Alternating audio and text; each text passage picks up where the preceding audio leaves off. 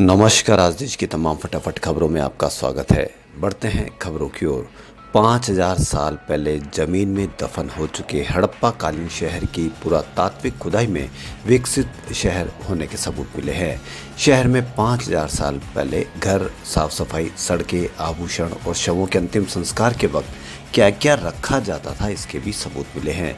यह शहर हरियाणा के हिसार के राखीगढ़ी गांव के 11 टीलों के नीचे दफन है। फिलहाल इन 3 टीलों की पुरातात्विक खुदाई से पता चला है कि राखीगढ़ी सबसे बड़ी शहर के तौर पर कभी होता था। हड़प्पा काल का यह शहर विलुप्त हो चुकी सरस्वती की सहायक नदी दृश्यवती के किनारे बसा था। उस वक्त साफ सफाई से लेकर सड़कों का क्रमिक विकास की झलक टीला नंबर 3 की खुदाई से पता चलता है।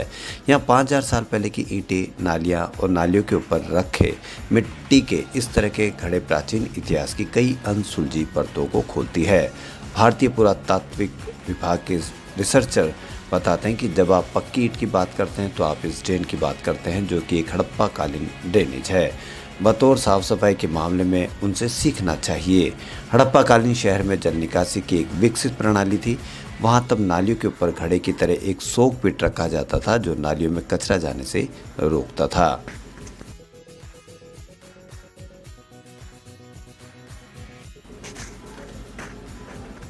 बंगाल की खाड़ी में आया तूफान रविवार को तीव्र होकर चक्रवात में बदल गया, जिसकी रफ्तार 75 किलोमीटर प्रति घंटे से अधिक है तथा इसके और तेज होने की संभावना है।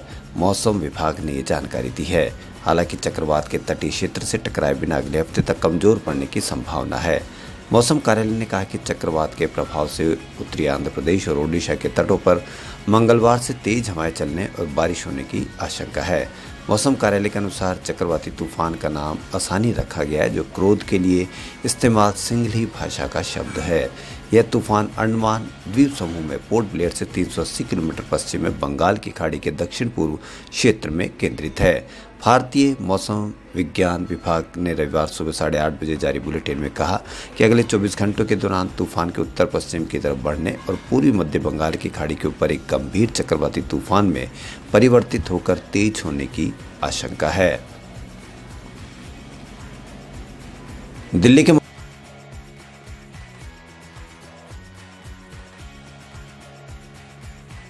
मुख्यमंत्री और आम आदमी पार्टी के संयोजक अरविंद केजरीवाल के घर के बाहर शनिवार को प्रदर्शन करने के मामले में दिल्ली पुलिस ने एफआईआर दर्ज की है। मामले में दिल्ली पुलिस ने कुछ लोगों को हिरासत में भी लिया है। दिल्ली पुलिस के अनुसार केजरीवाल के आवास पर प्रोटेस्ट करने की अनुमति नहीं ली गई थी। पुलिस सूत्रों के अनुसार प्रदर्शन की इजाज़त नहीं दी गई थी। साथ ही प्रोटेस्टर को पहले ही कहा गया था कि आप यहाँ भीड़ नहीं जुटा सकते, ये गैर कानूनी है। फिर भी प्रोटेस्ट किया गया। इस प्रदर्शन में दिल्ली बीजेपी के अध्यक्ष आदेश गुप्ता समेत पार्टी के कई नेता और कार्यकर्ता शामिल थे। बीजेपी के नेताओं ने इस दौरान सीएम केजरीवाल पर हिटलर शाही के आरोप लगाए। 4 धामों में से एक बद्रीनाथ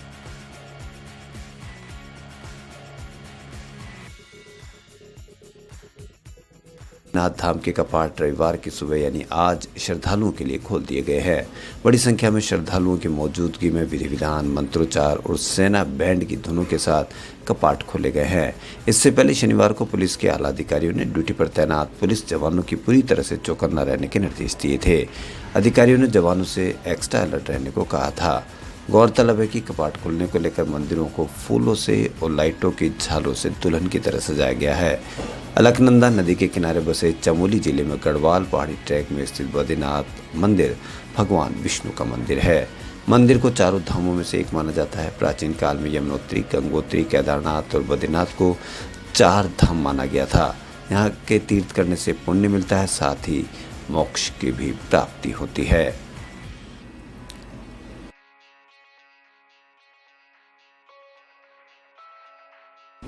कांग्रेस के पूर्व अध्यक्ष राहुल गांधी ने तेलंगाना में पार्टी कार्यकर्ताओं और नेताओं को एकजुट रहने का शनिवार को स्पष्ट संदेश दिया और कहा कि अनुशासनहीनता बर्दाश्त नहीं की जाएगी। तेलंगाना प्रदेश कांग्रेस कमेटी के कार्यकर्ताओं और नेताओं को संबोधित करते हुए उन्होंने कहा कि पार्टी का टिकट सिर्फ उन्हीं को दिया जाएगा जो क्षेत्र में काम करते हैं।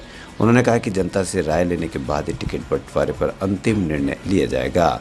गांधी ने कार्यकर्ताओं से कहा कि हम हर किसी की बात सुनना चाहते हैं, लेकिन मीडियम के माध्यम से नहीं। हम अपनी शिकायतों को पार्टी के अंदर बने तंत्र के तहत सुनेंगे और अगर कोई बिना सोचे समझे बोलता और पार्टी को नुकसान पहुंचाए तो उसे माफ़ नहीं किया जाएगा। उन्होंने शुक्रवार शाम को किसानों की एक सफल बैठक के लिए पार्टी नेताओं और कार्यकर्ताओं की सराहना की और कहा कि उन सभी के सामूहिक प्रयास और ऊर्जा के कारण ही यह सफलता मिली है। खबरों में फिलहाल इतना ही। यदि आपको हमारा चैनल पसंद आए तो लाइक, सब्सक्राइब और शेयर अवश्य करें। धन्यवाद।